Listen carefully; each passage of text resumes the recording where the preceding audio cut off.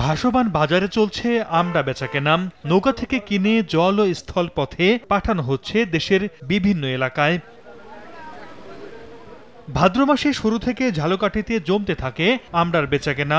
চলে টানা 2 মাস।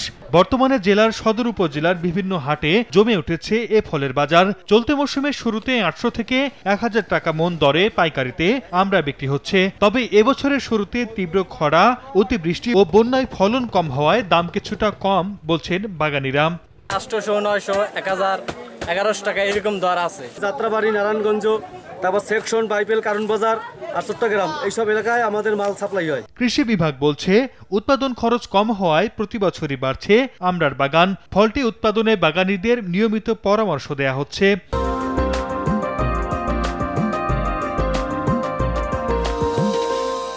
আমড়া সংগ্রহের পরেও অনেক দিন রেখে এটি বাজারে কিন্তু বিপণন করা সম্ভব হয় এবং আমড়ায় কিন্তু অন্যান্য ফসলের তুলনায় লাভও বেশি হয়ে থাকে। কৃষি বিভাগের তথ্য মতে চলতি মৌসুমে ঝালকাঠিতে আমড়া উৎপাদনের লক্ষ্যমাত্রা নির্ধারণ করা হয়েছে 6500 মেট্রিক টন।